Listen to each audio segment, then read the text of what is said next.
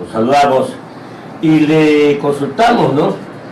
Que nos haga una evaluación de sus visitas a las distintas provincias que lo está haciendo.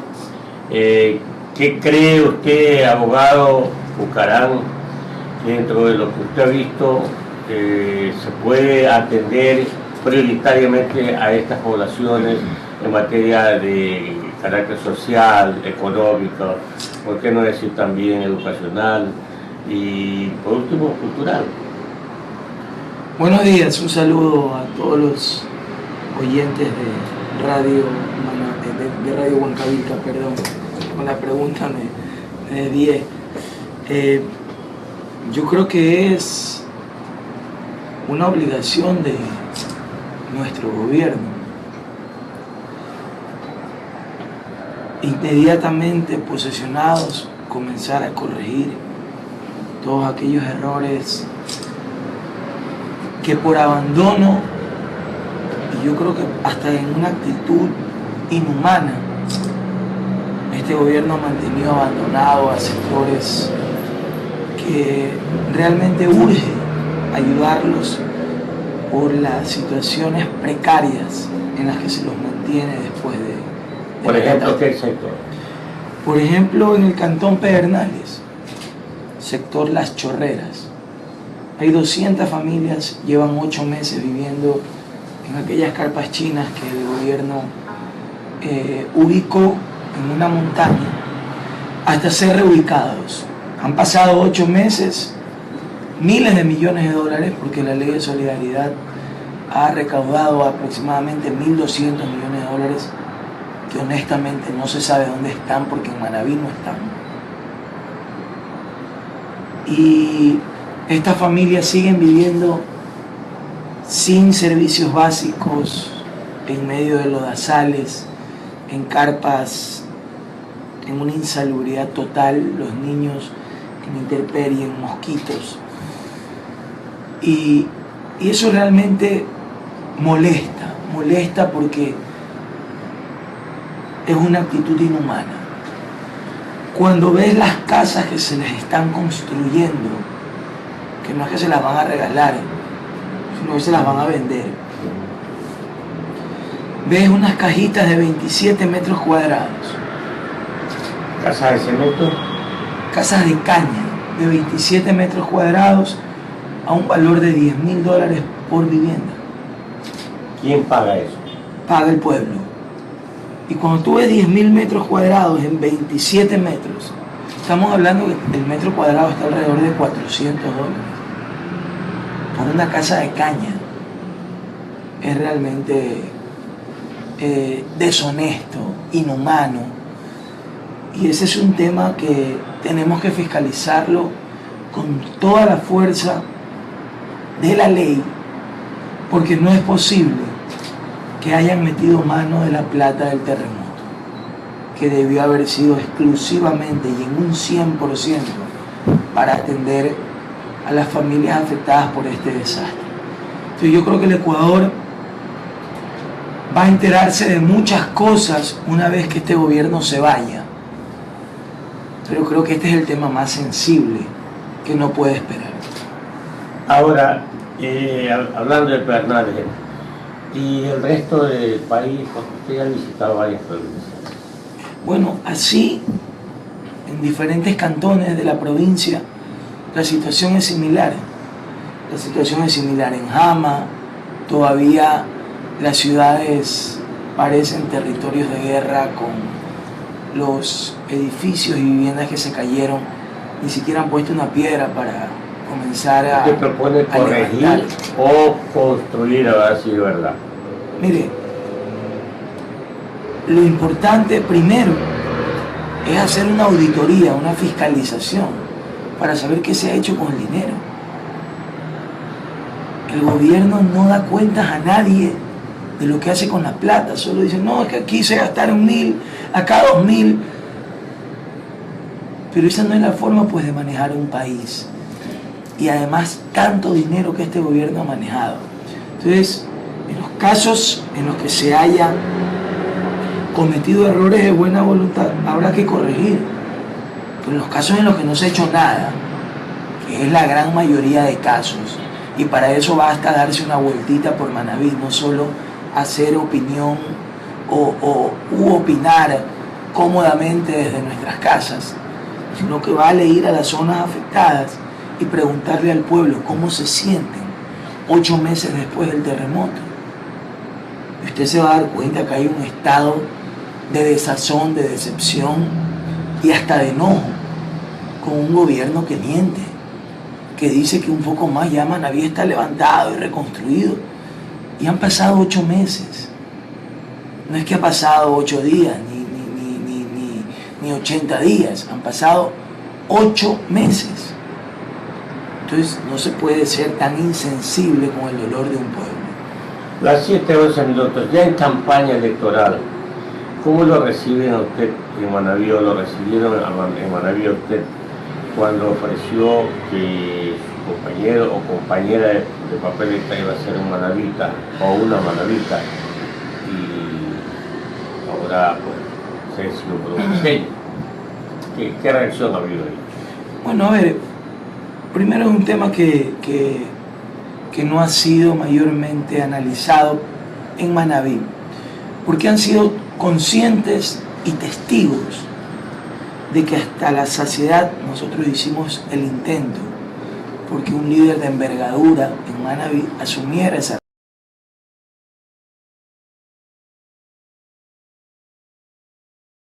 sentían en el ánimo de participar en una contienda ante el estado de abandono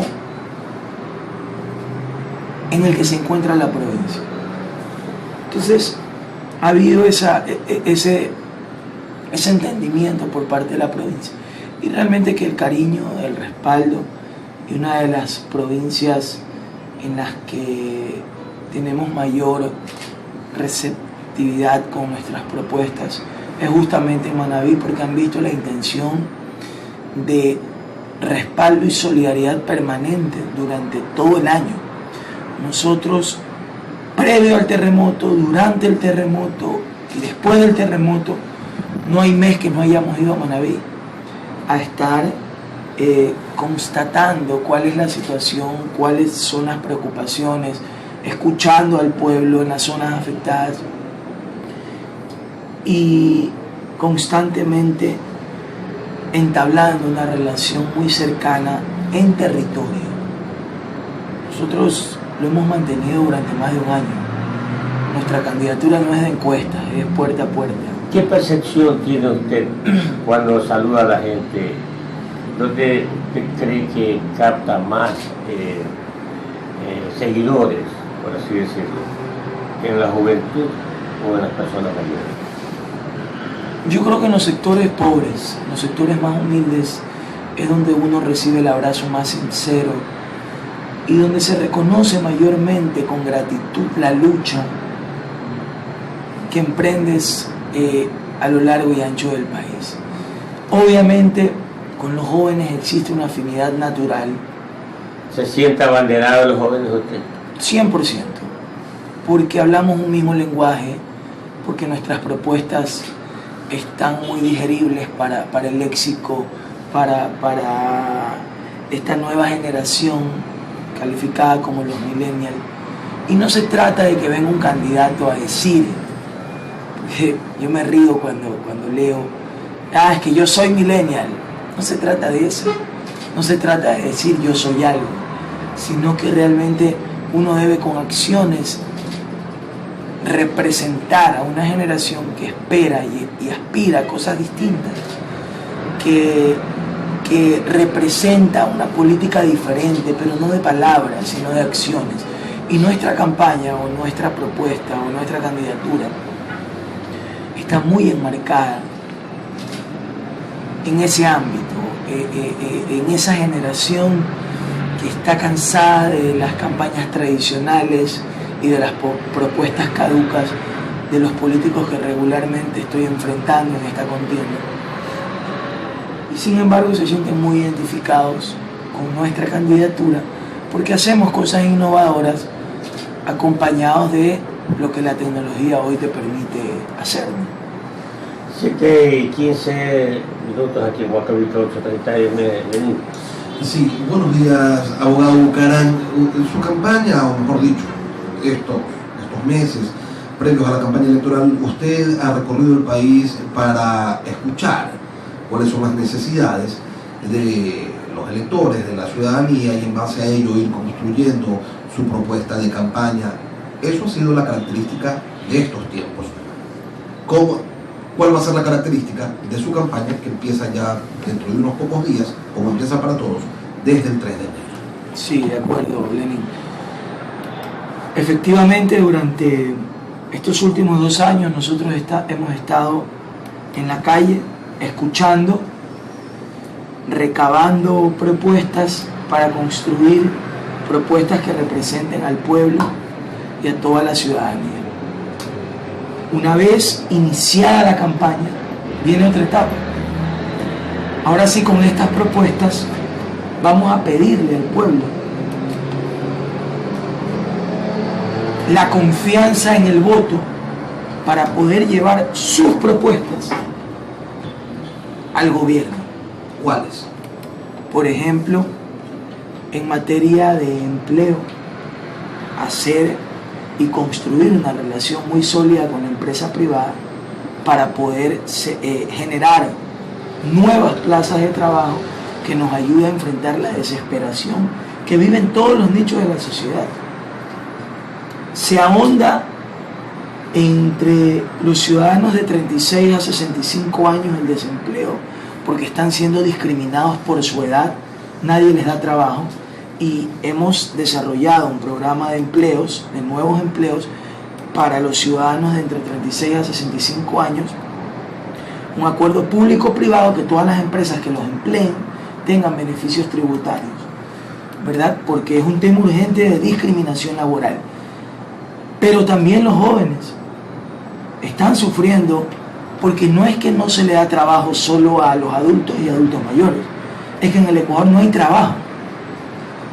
El tema de las drogas es un tema que lo hemos venido batallando durante el último año porque hemos visto en las calles la desesperación de las familias, de las madres, por rescatar a sus hijos de este perverso mundo de las drogas que los tiene presos en ellos, producto de las malas decisiones de la Asamblea de Alianza País de coger y aprobar una tabla de drogas antitécnicas que disparó los consumos hasta en un 300%. Entonces hay que rescatar a la juventud de las drogas, porque al joven no se le permite estudiar.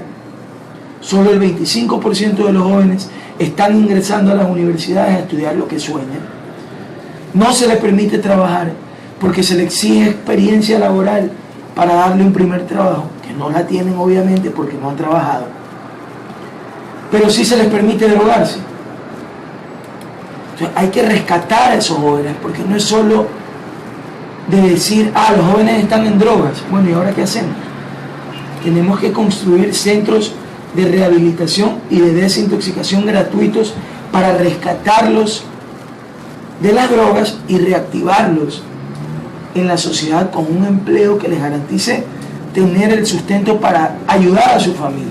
Entonces, nuestras propuestas han nacido de escuchar al pueblo, y una vez que inicie la campaña vamos a proponer para que el pueblo, sintiéndose identificado con sus propuestas, puedan respaldarnos con el voto. En el tema empleo, Dalo, Guillermo Lazo ofrece 1 millón de votos, Cintia Viteri 800.000, Lenín Moreno 250.000. Usted acaba de exponer su plan, pero no dijo cuántos empleos aspira con su gobierno a crear con estos mecanismos. A ver, primero yo quiero hacer un llamado sincero a todos los candidatos a que dejen de mentir y que paren con este baratillo de ofertas que lo único que muestra es el colmillo afilado de los banqueros y la oligarquía y los golpistas por regresar al poder. 1 millón de empleos el señor Lazo no lo ha dado en toda su vida.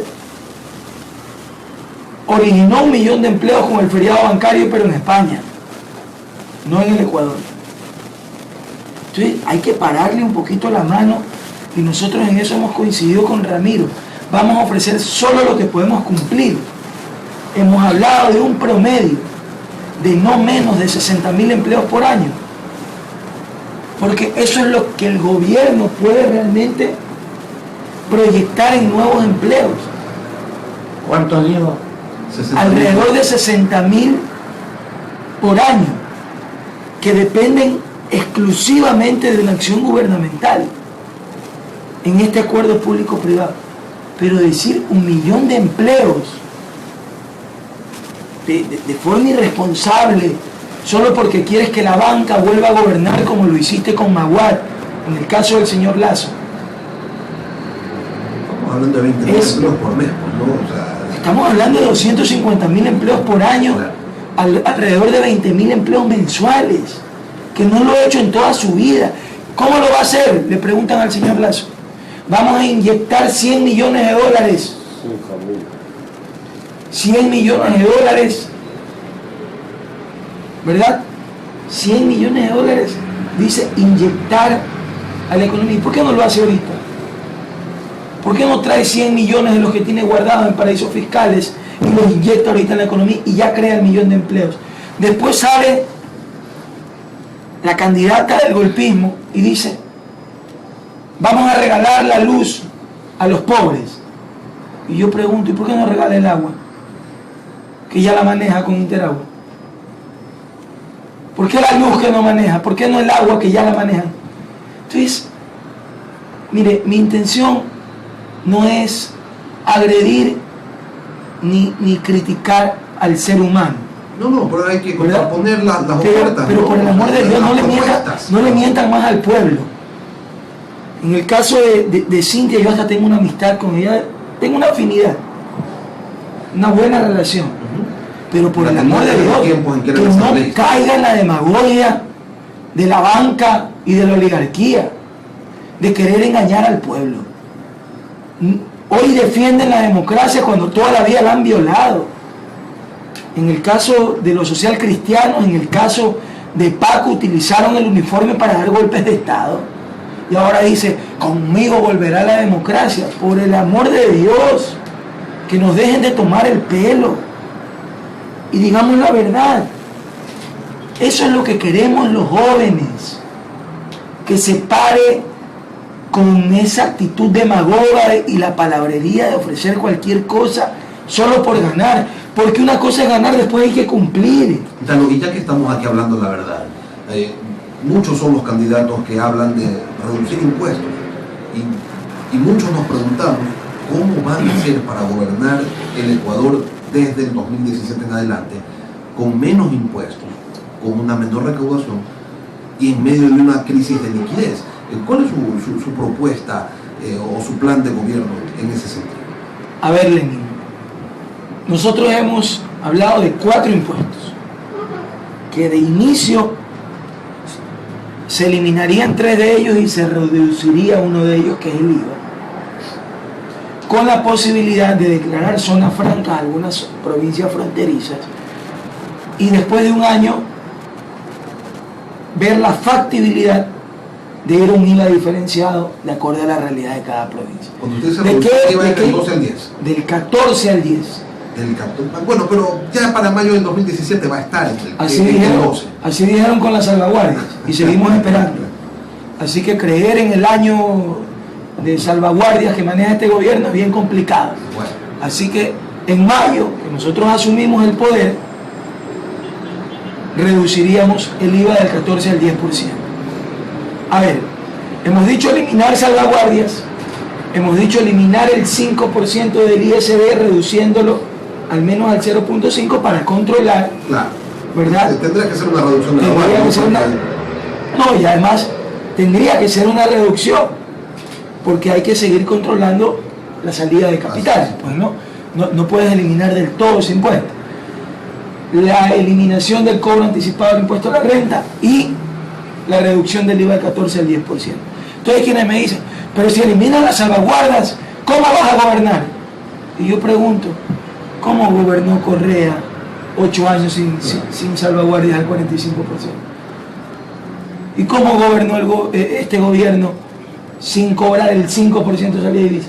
son impuestos indirectos que se han creado producto de la irresponsabilidad de un gobierno de no haber sabido administrar en abundancia la plata del petróleo, invertirla, por ejemplo, en el agro y producir riqueza que se quede en nuestro país, sino que solo hemos dependido de la lotería petrolera, de petrolarizar la economía en esta política extractivista y irresponsable de un gobierno derrochador que ha impuesto el capital y los intereses chinos por encima de la vida del pueblo. A propósito de los intereses chinos, Dalo, y la última de mi parte, para que luego continúe el economista Clever Chica con esta entrevista, quisiéramos conocer cuáles son los criterios que tiene usted y Ramiro Aguilar con respecto a lo que está ocurriendo tanto en Morona, Santiago, con el pueblo Shuar y la concesión minera a la empresa china Exsa, y lo que va a ocurrir, porque así lo han anunciado las autoridades, en Sarayaku, donde se detuvo a 11 militares, ya se los ha dejado libres, pero el viceministro del Interior dice que ellos van a actuar y van a entrar y van a coger a los responsables, y entonces existe una nueva posibilidad de conflicto. Su lectura sobre estos dos casos. Solo para cerrar la idea y muy sí, claro. Entonces, por ejemplo, la reducción de 4 puntos en el IVA, estamos hablando alrededor de 1.600 millones de dólares, 1.500 millones de dólares, que en la mentalidad de un Estado controlador, regulador, que quiere administrar la vida de los ecuatorianos, dice, son 1.500 millones de dólares menos para el Estado. A ver, un ratito, el Estado somos todos. Son 1.500 millones de dólares menos que administra el gobierno. Pero son 1.500 millones de dólares que se quedan en el bolsillo del pueblo, dándole mayor liquidez, abaratando los costos, dándole poder adquisitivo, dinamizando la economía nacional.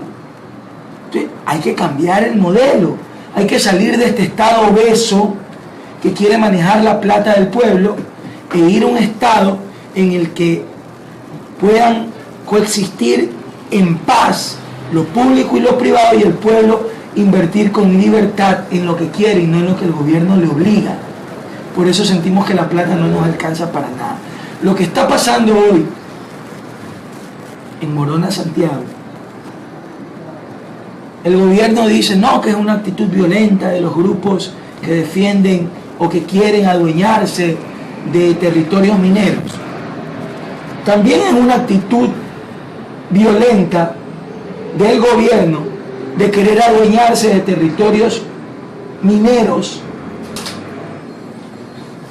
para llevarse el dinero con empresas chinas y en otros sectores canadienses.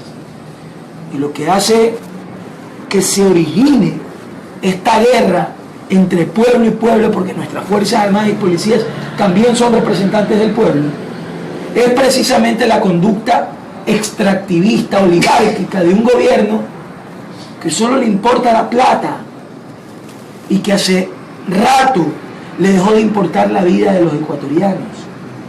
Y para muestra el Yasuní, que se había comprometido a no explotarlo y finalmente no le interesó nada, no le interesó la vida de los grupos no contactados y entró a la explotación solo por recibir dinero. Gobierno de Dalo Bucaram, en el gobierno de Dalo Bucaram, las consultas previas serán vinculantes para el gobierno. Serán vinculantes, pero principalmente nuestro gobierno iniciará un proceso para despetrolarizar la economía ecuatoriana y acabar con esta conducta extractivista, porque nosotros tenemos una visión de futuro. Entrarían a revisión entonces Yasuní, concesiones mineras. No solo entraríamos a revisión el tema Yasuní, suspenderíamos la explotación del Yasuní hasta realmente consultarle al pueblo, darle paso a la iniciativa de los Yasunidos, de que el pueblo sea escuchado. Si nosotros vamos a convocar una consulta popular en los primeros 4 o 5 meses de gobierno, que ahí entre la iniciativa de los Yasunidos para ser escuchados y que sea el pueblo el que dirima y que no el gobierno siga eligiendo y decidiendo a espaldas del pueblo lo que le da la gana. Hay que tener una conducta de puertas abiertas y de oídos abiertos por parte del régimen. ¿Para qué creas una consulta en la Constitución si su resultado no va a ser vinculante? ¿Para qué le tomas el pelo al pueblo y gastas plata si después no estás decidido a respaldar o a respetar lo que el pueblo ha decidido? Eso es una tomadura de pelo. Despedido nada más porque estamos con una cadena con el prefecto del Guayas. Gracias, mi estimado abogado Dalao Palar Pule. Pronto lo veremos ya en campaña, ¿no? Ya en vivo, ¿no? Ya pronto inicia la campaña con la misma fe de toda esta pre-campaña, llevando nuestro mensaje, y en febrero pues celebrando todavía el paso a la segunda vuelta electoral. Cuando buenos días. Bueno, nos vemos que el día de mañana viene un enlace del alcalde de Guayaquil, Jaime. El alcalde. El siguiente es un espacio contratado.